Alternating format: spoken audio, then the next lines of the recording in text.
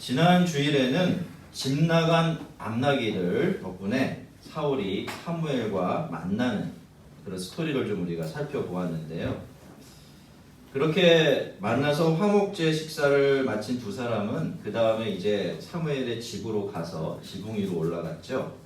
거기서 밤을 새워서 이야기를 나누었던 것 같습니다.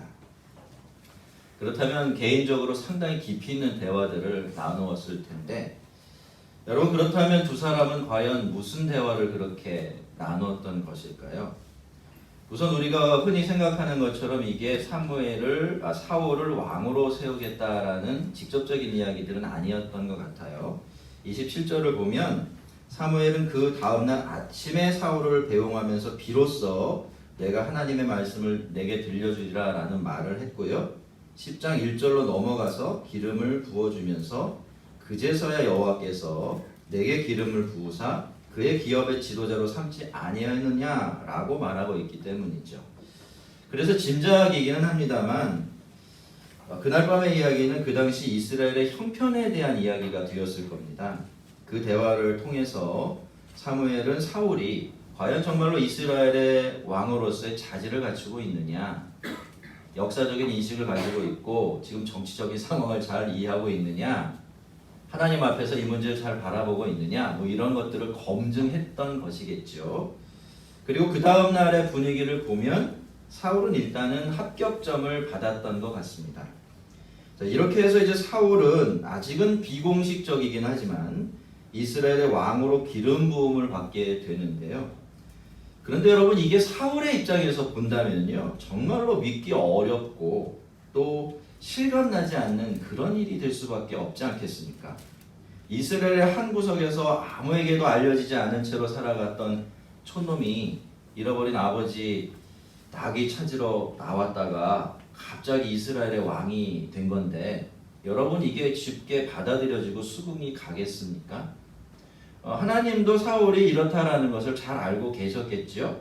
그래서 하나님은 그냥 넘어가지 않으시고 사울에게 사무엘을 통해서 내가 너에게 내가 세운 왕이다 라는 증거를 3가지 주겠다라고 이렇게 말씀을 하시는데, 첫째는 셀사에 있는 라헬의 묘에서 만날 사람들이 잃어버린 나귀를 찾았다라고 말할 것이며, 두 번째는 다볼 상수리 나무에서 만날 베델로 가는 순례객들이 하나님께 주려고 준비해 놓은 것들 중에서 떡 2덩어리를 너에게 줄 것이고, 마지막으로 너희 집 가까운 곳에 있는 블레셋 사람들의 영문. 이게 영문이라는 것은 그 군대, 그죠? 군의 진영의 문을 말하는 거거든요. 그 영문이 있는 하나님의 산에 이르면 거기서 선지자 무리를 만나게 될 것이고, 하나님의 영에 감동이 되어서 그들과 함께 예언을 하고 또 변해서 새 사람이 될 거다라고 말씀을 해주셨습니다. 그러면서 이 3가지 징조가 다 이루어지게 되면 그때는 네가 한번 해보고 싶은 대로 해보라고. 그러면 내가 너와 함께 할 것이다 라고 약속을 해주셨습니다. 그리고 나서 마지막으로 사무엘은 이런 이야기를 덧붙이죠. 네가 먼저 나보다 앞서서 길갈로 내려가 있으면 7일 동안 기다리면 내가 길갈로 가서 화목제와 속죄제를 드리고 번제를 드리고 내가 너를 왕으로 세우고 이스라엘을 어떻게 앞으로 통치해 나가야 될지 가르쳐 주겠다라고 이야기를 합니다. 그런데 우리가 성경을 계속 읽어보면요, 분명히 3가지 징조가 다 이루어졌겠죠. 하나님의 말씀이니까. 그런데 이상하게 여기서 2가지 이야기는 전혀 나오질 않습니다. 그리고 마지막 3번째 징조가 이루어진 일만, 그것도 굉장히 긴 호흡으로 이렇게 그려내고 있어요. 이것은 그만큼 이 마지막 징조가 앞으로 왕이 될 사울에게는 중요하다라는 뜻이 되겠죠. 뭔가 큰 의미가 있는 사건이 되는 겁니다. 상징적인 의미를 지니게 되는 거죠. 여러분, 앞으로 사울은 이스라엘의 왕이 될 거예요. 이스라엘이란 한 나라를 자기 마음대로 좌우할 수 있는 막강한 권력을 지니게 됩니다. 그런데 여러분, 그렇다고 해서 사울이 이스라엘을 자기 마음대로 다스릴 수 없습니다. 그렇죠? 그래서는 안 되는 것이죠. 하고 싶은 대로 하면 되는 게 이스라엘의 왕 노릇이 아니라는 겁니다. 자, 여러분, 그날 사울은 하나님의 영에 붙들렸습니다. 그리고 하나님의 뜻을 예언했고요. 그 이전과는 전혀 다른 사람이 되었습니다. 그런 경험을 한 거예요. 이 하나하나가 다 의미가 있는 사건입니다. 여러분, 사울은요, 앞으로도 그래야 돼요. 그는 앞으로도 왕으로서 자기의 말이 아니라 하나님의 뜻을 말해야 합니다. 하나님의 뜻대로 나라를 다스려야 하는 거죠. 그러려면 어떻게 해야 될까요? 그날 사울이 하나님의 영이 탁 붙들려가지고 자기 마음대로 아무것도 할 수 없었던 상태가 되었던 것처럼 앞으로도 철저하게 하나님만 의지해야 됩니다. 그러려면 하나님의 영에 붙들려 사는 새로운 사람, 이전과는 생각도 다르고 마음도 다르고 사는 모습도 다른 사람이 되어야 되고, 인간의 눈이 아니라 자기 자신의 눈이 아니라 하나님의 눈을 빌어서 자기 인생을 보고 이 세상을 볼 줄 아는 사람, 그런 사람이 되어야 하는 거지요. 그날 사울이 경험했던 그 특별한 경험은 바로 그 사실을 사울에게 알려주고 있었던 것입니다. 여러분, 누가 자신의 삶을 통해서 이 세상에 하나님의 뜻을 제대로 펼쳐낼 수 있을까요? 그것은 하나님의 영에 붙들린 사람입니다. 그날 사울처럼 하나님의 영에 붙들려서 하나님의 뜻을 말하는 사람, 자기 이야기만 하는 사람이 아니라 하나님의 뜻을 말하는 사람, 그 영으로 새롭게 된 사람, 그래서 생각하는 것도 마음 먹는 것도 딴판이 된 사람, 무엇보다도 그 은혜를 끝까지 지켜내기 위해서 몸부림치며 살 줄 아는 사람, 이런 사람들이 하나님의 일을 맡아야 그 사람들은 끝까지 하나님의 일을 하나님의 일로 이루어갈 수가 있게 되어지는 것입니다. 근데 여러분, 하나님께서 이 말씀을 해주신 다음에 우리가 이야기를 계속 읽어보면 이제 이럴까지 이제 벌어졌잖아요. 그 이야기가 좀 이상하게 진행되고 있어요. 이렇게 세 개의 징조가 모두 다 이루어졌다면 그 다음에 사울은 어떻게 해야 됩니까? 하나님께서 자기를 왕으로 세우셨다라는 확신을 가지고 기회를 따라 행해야 되죠. 이스라엘의 왕으로서 자기가 해야 하겠다라고 생각되는 그 일을 해야 하는 겁니다. 그러면 하나님이 그와 함께 해주실 테니까 말이죠. 자, 그런 다음에는 길갈로 내려가서 사울을 기다렸다가 함께 번제와 화목제 드리고 거기서 모든 백성들이 보는 앞에서 이스라엘의 왕이 되어야 합니다. 이것이 하나님의 계획이었어요.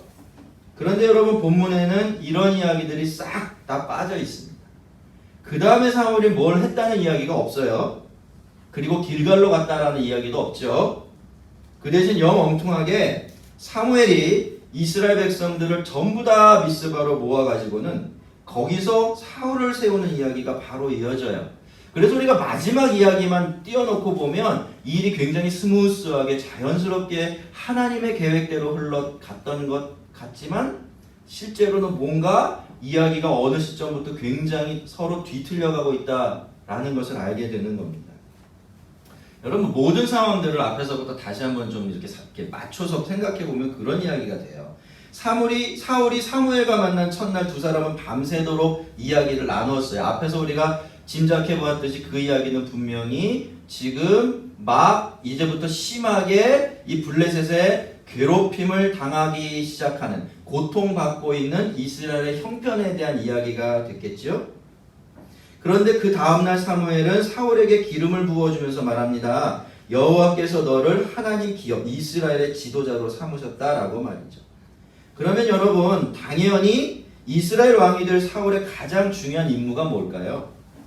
그것은 블레셋을 극복해내는 거죠. 블레셋의 핍박에서 이스라엘을 건져내는 것입니다. 그런 맥락에서 사무엘이 사울에게 네 고향 성읍과 마주보고 있는 블레셋 군대 진영의 근처에서 네가 왕이 될 것이라는 세 번째 증거가 나타나면 네가 해야 될 일을 해보라고 한 것은 결국 블레셋을 하나님을 믿고 한번 공격해보라, 쳐들어가보라, 이런 이야기가 될 수밖에 없는 겁니다. 그리고 나서 네가 나보다 먼저 길갈로 가서 나를 기다리면 7일 후에 내가 가서 너를 왕으로 세워줄 것이다 라고 이야기한 거예요. 여러분, 이렇게 해석할 수 있는 배경이 하나가 있어요. 그게 뭐냐면 그 당시 사람들은요, 왕은 둘 중에 하나예요. 왕이 세워지는 경우에는 둘 중에 하나입니다. 하나는 왕과의 혈통을 따라 세워지는 경우가 있고, 하나는 하나의 영웅적인 인물이 나타나서 왕이 되는 경우에 사울은 어떤 경우일까요? 어떤 경우가 가깝죠? 뒤쪽이에요. 그죠? 왜냐하면 첫 번 왕이기 때문에 그래요. 그런데 이 뒤쪽에 영웅 같은 사람이 나타나서 왕의 자리에 앉을 때는 고대 세계 사람들은 다 일종의 하나의 생각의 틀을 갖고 있었어요. 첫 번째, 무엇보다도 그 사람은 신이 선택한 사람이 되어야 돼요. 그러니까 이스라엘의 경우에 누가? 하나님이 선택한 사람이 되어야 돼요. 그러면 그 다음엔 바로 왕이 앉게 되는 그렇지가 않아요. 이 왕이 될 사람들은 자기가 왕이 될 사람이라는 자신의 능력과 자질을 스스로 증명해내야 되는데 그것이 제일 중요한 도구가 바로 전쟁이었어요. 그 당시 주적이 되어 있는 그 나라하고 싸워서 이기는 승리를 한번 보여줘야 그제서야 아하! 저 사람이 정말로 우리가 섬기는 그 신이 하나님이 세우신 왕이구나 라는 것을 인정하고 왕으로 세우게 되어 있었던 그런 풍습이 사고방식이 있었던 거죠.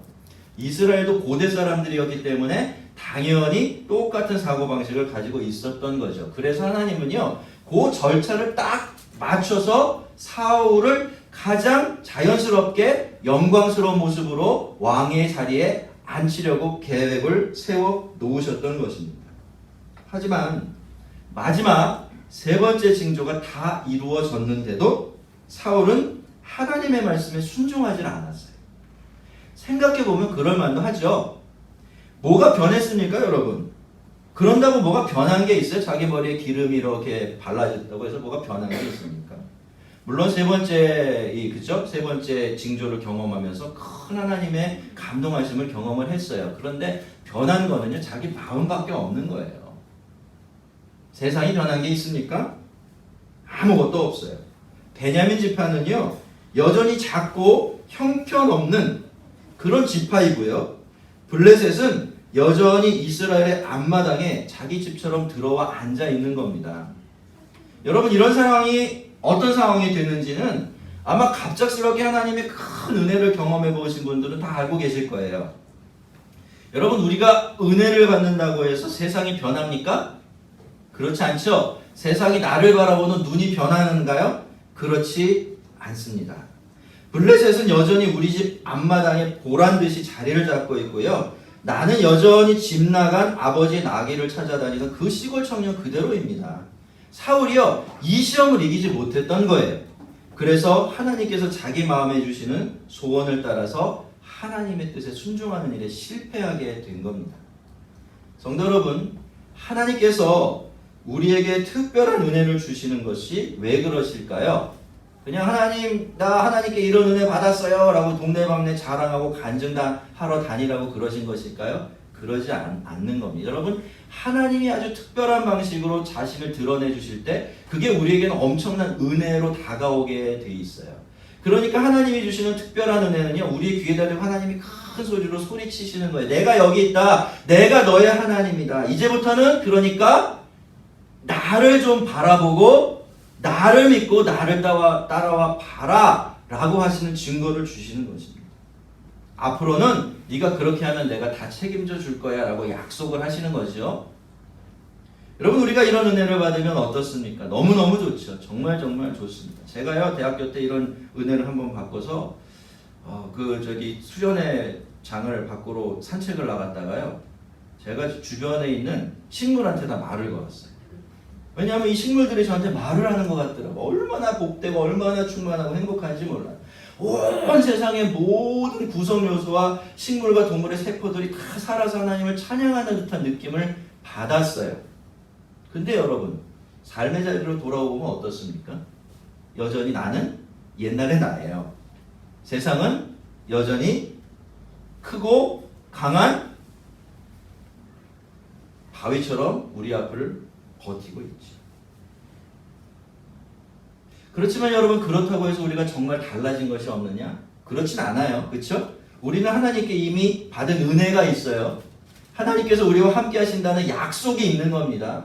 그게 우리에게 진짜로 달라진 거예요. 그래서 여러분, 우리가 그런 은혜들을 경험하고 난 다음에는 어쩔 줄 몰라서 좋아하기보다는 그 은혜가 있기 때문에 이제는 나 자신을 바라보는 눈과 세상을 바라보는 눈을 좀 바꿔야 돼요. 예전에는 그냥 내 눈으로 바라봤죠. 내 눈으로 나를 보고 내 눈으로 세상을 봤습니다만, 그렇게 은혜를 경험하고 나서는 이제부터는 하나님이 보게 하시는 방식으로 나를 보고 세상을 바라보아야 하는 겁니다.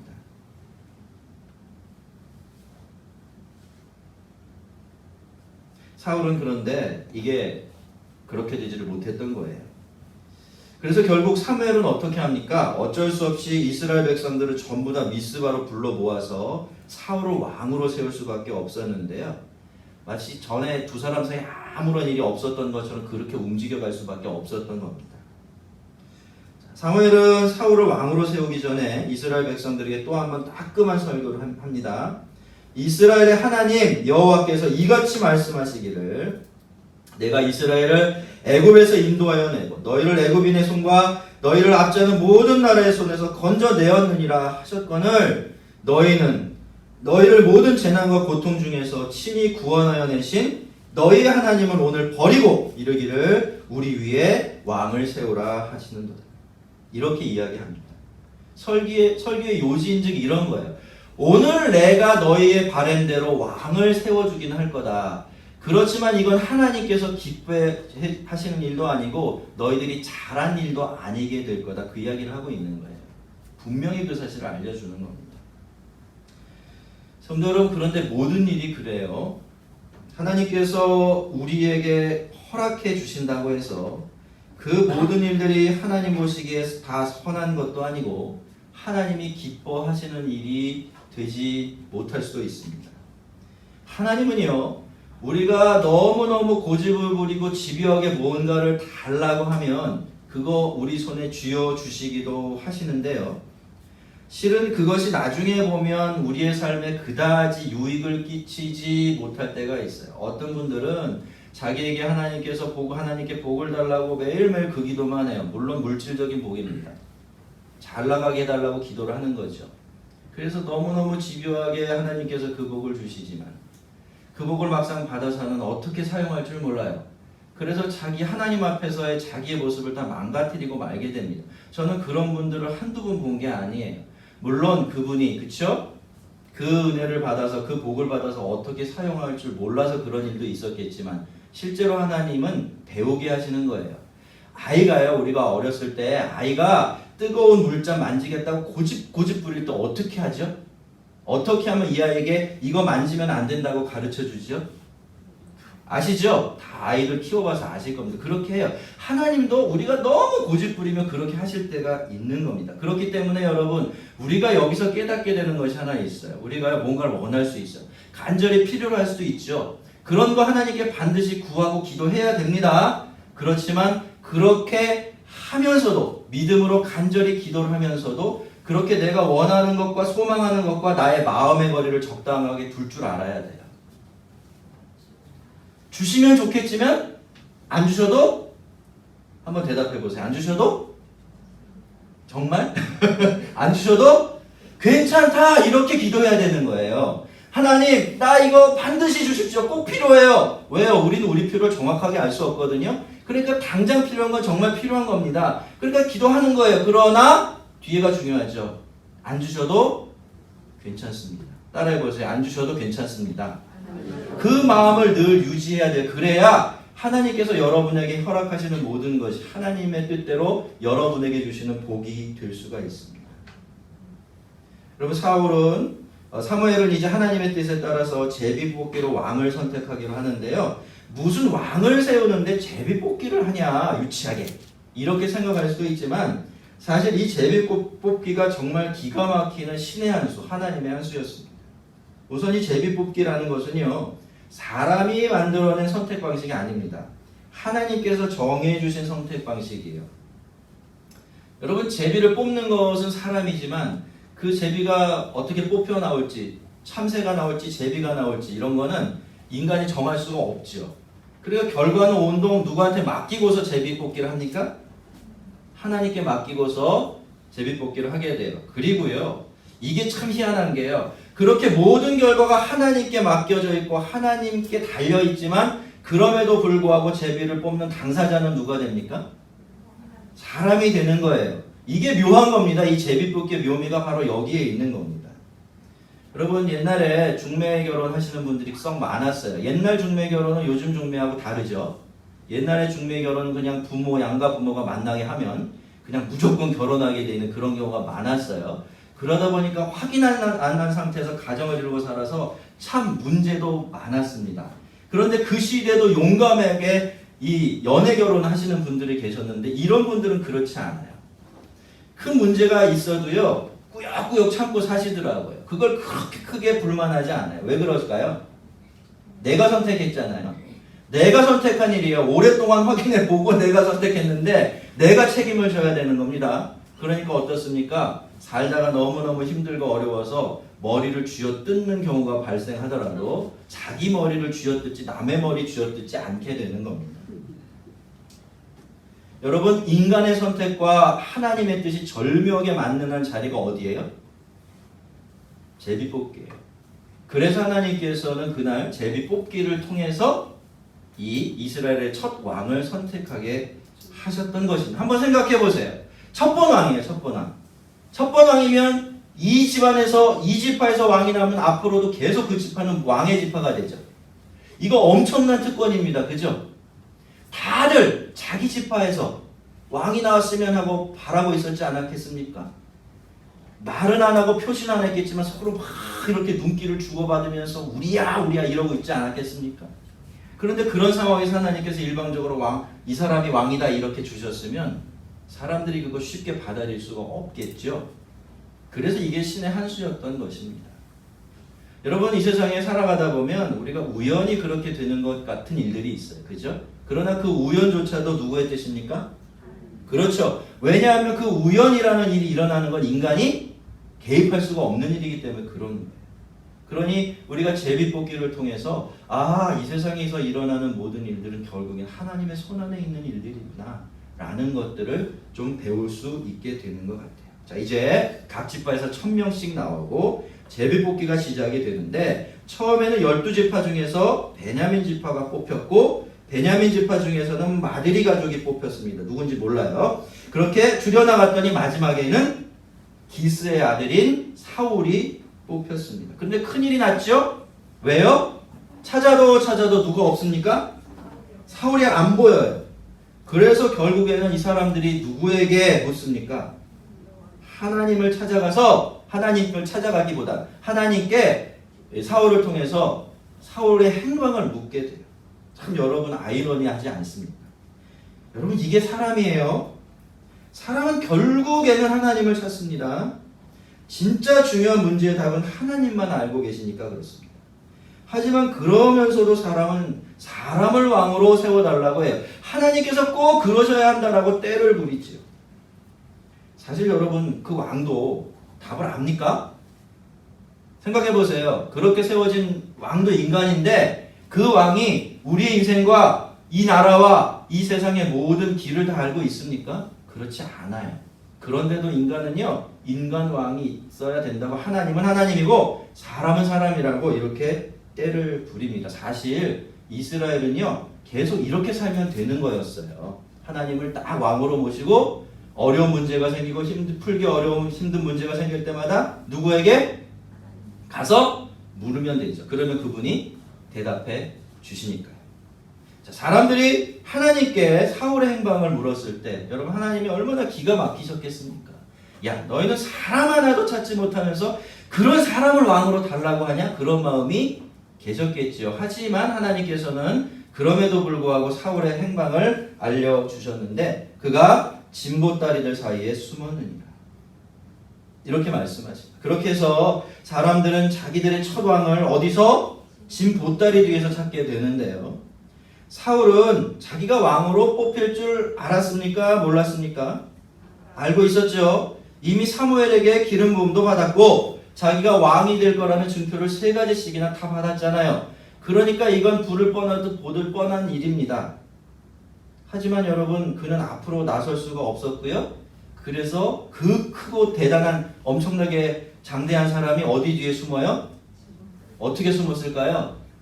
쪼그리고 숨었겠지요. 최대한 몸을 좁혀서 이렇게 숨어 있었을 겁니다. 그러면 사울이 우리가 늘 그렇게 생각해 왔던 대로 겸손해서 그랬던 것일까요? 그렇지 않죠. 이야기를 이렇게 풀어가다 보면 사울의 겸손함이 그의 숨음의 이유가 아니라는 걸 알 수가 있어요. 사울은요, 지가 한 짓이 뭔지를 알고 있었어요. 하나님께서 기름도 부어주셨죠. 약속도 주셨죠. 또 증표까지 다 이루어주셨죠. 그런데 자기가 하나님의 뜻에 불순종한 겁니다. 하나님을 믿고 블레셋을 공격해야 될 자기가 다시 아버지 집으로 숨어가 들어버린 거예요. 그러니 어떻습니까? 어쩔 수 없이 자기도 이스라엘 사람이니까 미스바로 나오긴 했지만 그게 부끄러워서 그렇게 진보다리 뒤에 몸을 웅크리고 숨어 있을 수밖에 없었던 것입니다. 성도 여러분, 우리도 종종 사실 이런 경험을 해요. 그렇게 하는 것이 힘들어서 당장 불편해서 그게 하나님의 뜻인 줄 알면서도 슬쩍 피하지요. 모르는 척합니다. 막 반대할 때도 있어요. 그런데요, 나중에 보면요, 결국 일이 어떻게 되어 있습니까?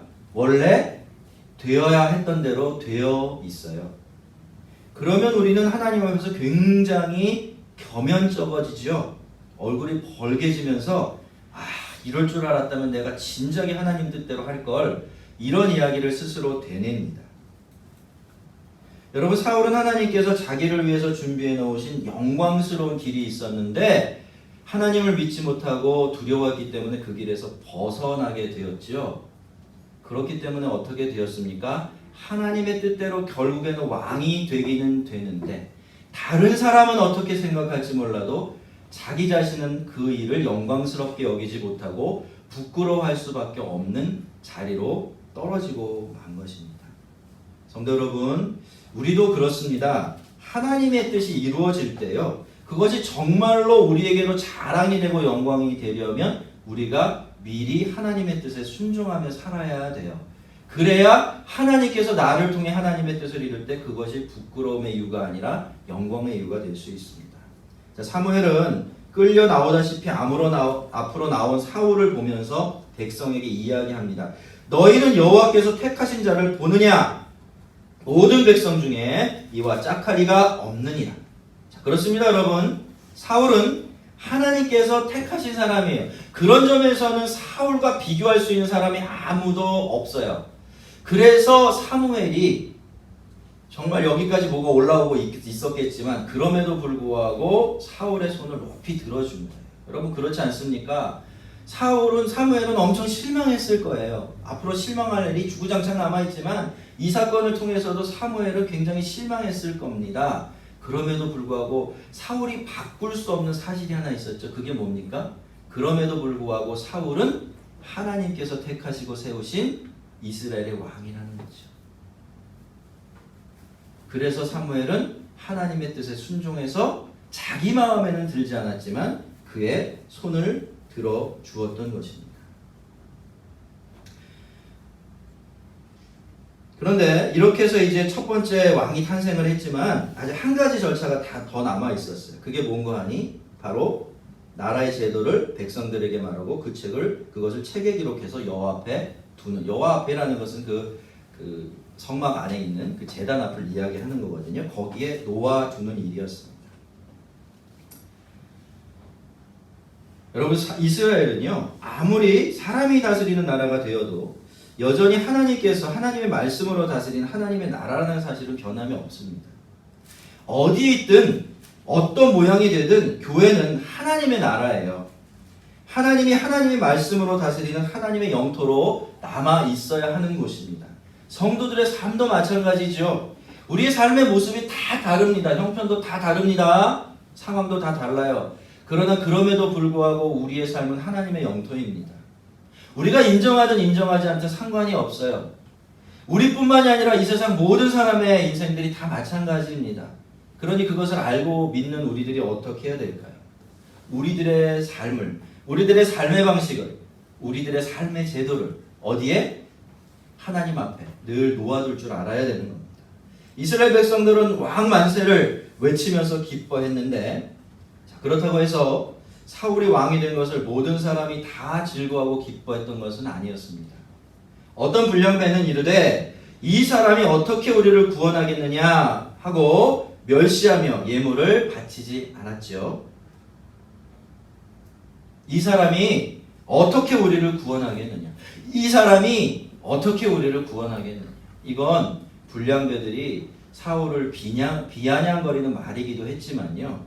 실은 이것이 하나님이 사울에게 그리고 오늘 하나님을 믿고 살아가는 모든 사람들에게 던지는 굉장히 중요한 질문입니다. 이 사람이 어떻게 우리를 구원하겠느냐? 성도 여러분, 정말로 사울이 이스라엘의 구원자가 될 수 있을까요?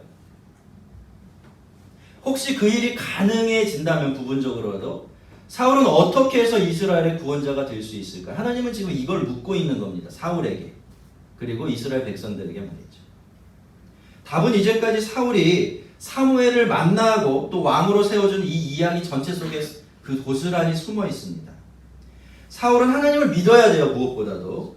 하나님의 함께 하심을 믿고 믿음으로 움직여야 됩니다. 자기가 왕이 되려고 하지 말고 하나님을 왕으로 모시고 하나님의 말씀에 순종하면 됩니다. 문제에 대한 답도 하나님이 가지고 계시고, 그죠? 문제를 해결할 능력도 하나님께서 가지고 계시기 때문에 사울은 그렇게 해야 하는 겁니다. 사실 지금까지 사울은 이 일에 실패한 겁니다. 하나님을 믿지 못했고, 그래서 순종하지 못했고, 그것이 부끄러워서 하나님을 피해서 숨기까지 했었죠. 하지만 그럼에도 불구하고 하나님은 이런 사울을 하나님의 뜻대로 왕으로 세우셨어요. 여러분, 사울은요, 왕이 된 다음에도 늘 이 일을 기억하고 또 기억해야 합니다. 앞으로도 사울은 때로는 실수도 하고 또 믿음이 없어도 순종하는데 실패하기도 하고 그렇게 하겠지만 그래도 또다시 하나님을 의지하는 자리로 나아가고 또다시 하나님께 순종하면서 최선을 다해서 하나님 대신에 이스라엘 백성들을 돌보는 그 자리에 머물러 있으면 됩니다. 그러면 하나님은 바로 이 사람, 이렇게 부족한 사울을 통해서도 넉넉히 이스라엘을 구원해 내실 것입니다. 여러분, 얼마 전에 우리는 앞으로 5년 동안 나라를 섬길 지도자들을 선택을 했습니다. 아마 잘 세워졌다라고 생각하시는 분들도 계실 것이고요. 그 반대편에 서 계신 분들도 계실 줄 압니다만, 그렇지만 여러분, 하나님을 믿는 우리가 해야 될 일은 이 사람을 믿는 게 아닙니다. 이 사람 때문에 절망하고 근심하는 것도 아니에요. 물론 이 한 사람이 우리나라에 끼치는 영향력이 어마어마하기 때문에 예수를 믿고 하나님을 아는 자들은 늘 뒤에서 이 사람을 위해서 기도하고 애써야 하겠지만요. 그러면서 마치 이 사람 한 사람에 우리나라의 모든 운명이 달려 있을 것처럼 그렇게 생각해서는, 그렇게 믿어서는 안 됩니다. 우리나라는 이스라엘은 아닙니다. 그렇죠? 하나님이 아주 직접적으로 통치하셨던 이스라엘은 아니에요. 하지만 그럼에도 불구하고 대한민국이라는 우리나라 또한 누구의 나라입니까? 누가 다스리시죠? 하나님이시죠. 믿습니까? 여러분, 우리는 이걸 믿어야 되는 겁니다. 이걸 믿고서 우리들만이라도 이 세상을 향한 하나님의 뜻을 잘 헤아리고요, 거기에 순종하며 살아야 해요. 미국의 아주 저명한 기독교 변증가, 기독교가 왜 진리인지를 설명하는 것을 전문으로 삼고 있는 학자가 변증가인데요. 그런 분들 중에 오스 기니스라는 분이 계세요. 여러분이 기회가 되시면 소명이라는 책을 한번 꼭 사셔서 읽어보시면 좋을 것 같아요. 제가 사드리진 않습니다. 너무너무 좋은, 정말 기독교인이라면 이대로 살아갔으면 좋겠다라고 생각할 만큼 좋은 책인데 쉽지는 않습니다만 꾸역꾸역 참고 읽어내면 피가 되고 살이 되는 그런 책이에요. 근데 그분이 이 책에서 예수님의 제자인 우리들이 이 복잡하고 다양한 정치적인 현실 속에서 어떤 사람들이 되어야 하는지를 설명하면서 예수를 믿는 사람만큼은 회색 분자가 되어 있어야 된다, 이렇게 이야기해요. 무슨 이야기입니까? 어느 한쪽에 치우치면 안 된다는 겁니다. 어떤 사람이 혹은 어떤 정당이 조금이라도 더 하나님의 뜻과 가까이 있는지를 제대로 잘 분별해내고서 내 의사와 내 취향과 상관없이 거기를 지원하고 지지할 수 있는 사람이 성도들이 돼야 된다, 그렇게 이야기를 해요. 왜 이렇게 이야기했을까요? 그래야 어떻습니까, 여러분? 우리가 사는 이 세상, 이 나라가 하나님의 뜻에 그만큼 더 가까운 지도자의 손에 맡겨질 수 있는 것 아닙니까? 그쵸? 하나님은 우리를 통해서 민주주의 국가에 살아가는 우리를 통해서 그렇게 하나님의 뜻을 이루어가고 싶어 하고 계신 게 아니겠습니까? 제가 여러분 있잖아요. 정말 안타까워하는 게 하나 있어요. 저도 분명히 어떤 정치적인 성향을 가지고 있는 사람입니다만 제가 성도들을 보면서 참 안타까워하는 게 여러분이 아니라 모든 한국교회 성도들을 이야기하는 겁니다. 이게 선거철만 되면 신앙이 없어져요. 무슨 말씀인지 아시겠죠? 선거철이 되면 신앙이 없어져요. 믿음이 없어져요. 하나님이 없어져요. 하나님이고 뭐고, 예, 제가 심한 말 나오려다 꾹 참았는데 하나님이고 뭐고 나는 이대로야, 나는 이 사람이야 라고 그냥 직진만 합니다. 맞는 겁니까? 맞는 거예요? 아닙니다, 여러분. 누가 더 하나님의 뜻이 가까운 사람일지는 우리가 분별을 해야 됩니다. 그런데 그렇게 해보니까 내가 더 좋아하는 사람보다 그렇지 않은 사람이 하나님의 뜻에 가깝다면 우리는 우리를 꾹꾹 눌러 참아서 누구를 지원해야 되죠? 누가 그렇게 했습니까? 사무엘이 그렇게 한 거예요. 그렇죠? 사무엘이 사울을 왕으로 세우고 싶지 않았을 겁니다. 왜요? 뻔히 알잖아요. 길이 보이잖아요. 그런데 하나님이 원하신 거죠. 그러니 어쩔 수 없이 그를 그렇게 세운 것입니다. 여러분, 우리가 한번 이렇게 머릿속에 그림을 하나 그렸으면 좋겠어요. 그게 뭔가 하니 나라의 제도를 적은 책임. 우리나라의 헌법이 하나님 앞에 놓여있는 모습이에요. 우리나라의 헌법이 모든 지도자들의 통치가 하나님의 전 앞에 다 놓여져 있는 그 모습 우리가 한번 머릿속에 그려야 될 겁니다. 이 모습을 늘 마음에 새기고서 개인적인 영역에서나 공적인 영역에서나 정직하게 하나님의 편을 들어드리며 살아야 합니다. 여러분, 나라의 상황도 그렇고요. 국제 정세도 그렇고 많이 불안해지고 복잡해져 가고 있는 것이 사실입니다. 하지만 그래도 하나님은 우리의 왕이시고 온 세상의 주관자이십니다. 사람은 우리를 구원할 수 없어도 하나님은 우리를 구원해 주실 것입니다. 늘 이 믿음을 가지고 담대하게 이 세상과 나라를 위해서 기도하며 살아가는 하나님 나라 백성들이 되기를 주의 이름으로 축원합니다. 우리 같이 한번 기도하겠습니다.